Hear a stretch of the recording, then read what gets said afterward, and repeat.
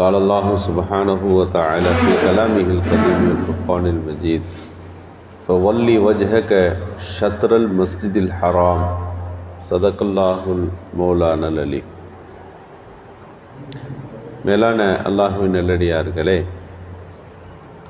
அல்லாஹு சுப்ஹானஹு வ தஆலா இந்த உம்மத்திற்கென்று பல்வேறு அடையாளங்களை வைத்திருக்கிறார்.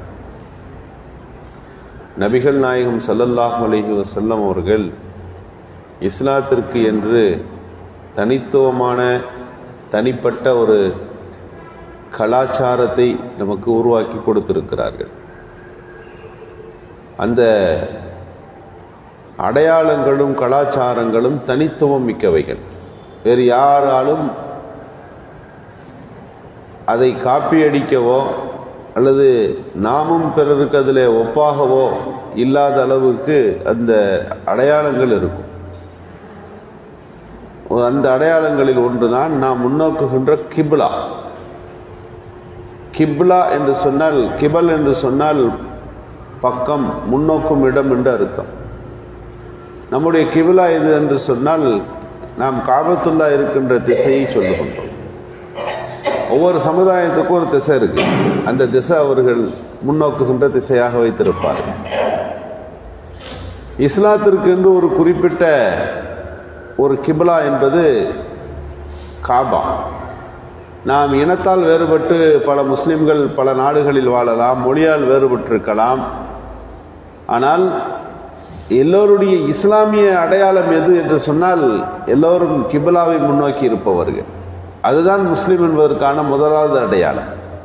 முஸ்லீம்னா யாரு? நபிகள் ஸல்லல்லாஹு அலைஹி வஸல்லம் அவர்கள் அடையாளம் சொன்னார்கள்னா வெளிரங்கமான அடையாளம் வந்து ஒரு 3 இருக்கும். ஃபஸ்தக்பல கிப்லத்தனா, நம்ம முன்னோக்குற காபாவை முன்னோக்குறாங்கன்னு பாருங்க. மன் அக்கல தபீஹத்தனா, நம்ம அறுக்கிறத பிஸ்மில்லாஹி அல்லாஹ் அக்பர் சொல்லி அறுத்து அவங்க சாப்பிட்றாங்களான்னு பாருங்க. அப்படி இருந்தா அவங்க யார் தான்? அவர்கள் முஸ்லிம்கள் தான் என்றார்கள் ஸல்லல்லாஹு அலைஹி வஸல்லம். இங்கே முதலாவது அடையாளமே கிப்லாவை முன்னோக்குதல் முஸ்லிம்களின் அடையாளம் என்று நபிகள் ஸல்லல்லாஹு அலைஹி வஸல்லம் உலகளாவிய அளவிற்கு ஒரு அடையாளத்தை சொல்லுகிறார்கள். எனவே கிப்லா என்பது அது குறித்துள்ள முக்கியத்துவத்தை புரிந்து கொள்ள வேண்டும். நம்ம தொழுகிறோம், ஒருத்தர் முகத்தை திருப்பினார் தொழுகையில் இருக்கும்போது, இன்னொருவர் தொழுகையிலே நெஞ்சை திருப்பி விட்டார். இந்த 2 பேருக்கான சட்டம் என்னன்னா, முகத்தை திருப்பினார்னா தொழுகை வந்து ஜாயிஸ் தான், அது மக்ரூ. முகத்தில் தொழுகையில் இருக்கும்போது அதிகப்படியான செயல் செய்யக்கூடாது. அமல கசீர்னா தொழுகை பார்க்குற ஆள் வந்து இவர் தொழுகிறாரா அல்லது சும்மா நிற்கிறாரான்ற அளவுக்கு அவருடைய செயல்பாடு இருக்கக்கூடாது. இப்படி ஒருவர் செய்தால் அந்த தொழுகையில் சில குறைகள் ஏற்படும். ஆனால் நெஞ்சை திருப்பி விட்டார், கிப்லாவிலிருந்து நெஞ்சை திருப்பினார்னா தொழுகக்கூடாது. ஏன்னா தொழுகின்ற மனிதருக்கு கிப்லா ஷர்த்து. கிப்லாவை முன்னோக்கி அப்படிதான் நியத்து வைக்கிறோம். நம்ம இந்த கிப்லாவை முன்னோக்கி தொழுகிறேன் அப்படின்னு தான் நியத்து வைக்கிறோம். தொழுகின்ற போது ஒரு மனிதருடைய கிப்லா திரும்பிருச்சுன்னு சொன்னால், அவருடைய நெஞ்சு கிப்லாவை விட்டு திருப்பி கொண்டார் என்று சொன்னால் அந்த தொழுகை கூடாது. எந்த அளவிற்கு கிப்லா என்பது ரொம்ப முக்கியம். ஜனாதா வைப்போம், ஜனாதாவை உள்ள வச்சு மையத்தினுடைய தலையில் இருக்கக்கூடிய அந்த கஃன் துணியின் கட்டை அவிழ்த்து முகத்தை நேராக வானத்துக்கு நேராக வைப்பதில்லை. அதை அப்படியே கிப்லாவின் திசை நோக்கி திருப்பி வச்சிடணும். பல இடங்களில் அவசரத்தில் அதை அப்படியே விட்டுட்டு வந்துடுறாங்க. தலையை கிப்லாவின் பார்க்குமாறு வைத்து விட்டு வர வேண்டும். அது சாயலன்னு சொன்னால் ஒரு மண் கட்டியை எடுத்து மண்ணை சற்று குவித்து தலையை ஒரு பக்கம் சாயிற மாதிரி இதை ஏற்படுத்த வேண்டும்.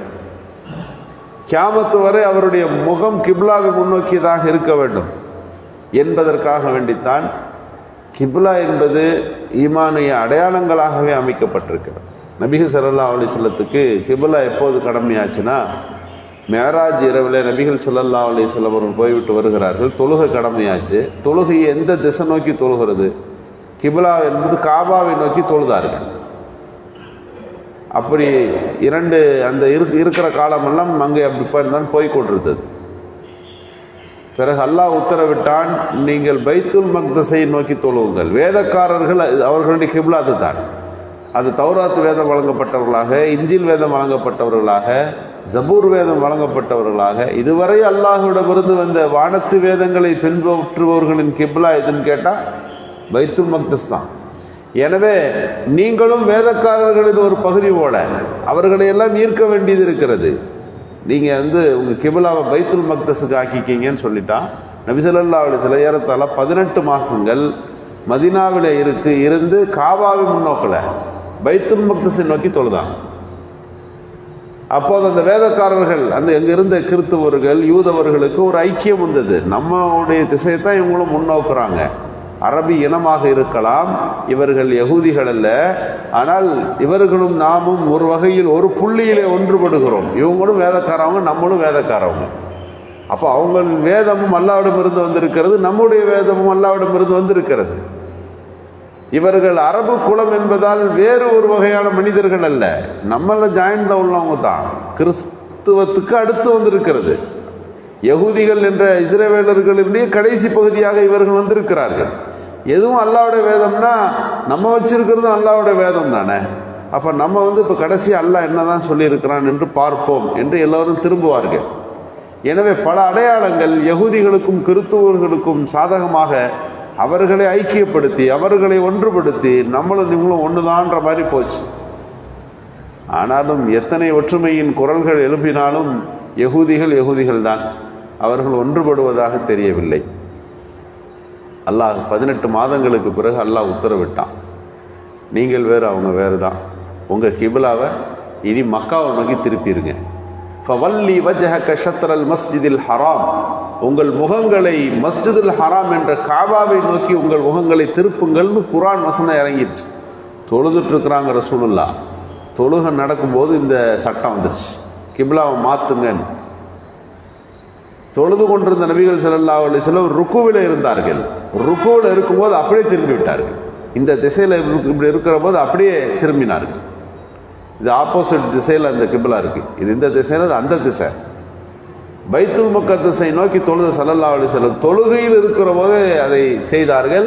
எல்லோரும் காபாவை முன்னோக்கினார்கள். இன்றைக்கெல்லாம் மஸ்ஜிதில் போய் மக்காவில் மதீனாவில் நீங்கள் போனீங்கன்னு சொன்னால் பல பள்ளிவாசல்களில் மஸ்ஜிதுல் கிப்லத்தைன்னு போட்டிருப்பாங்க. 2 கிப்லா உள்ள பள்ளிவாசல்.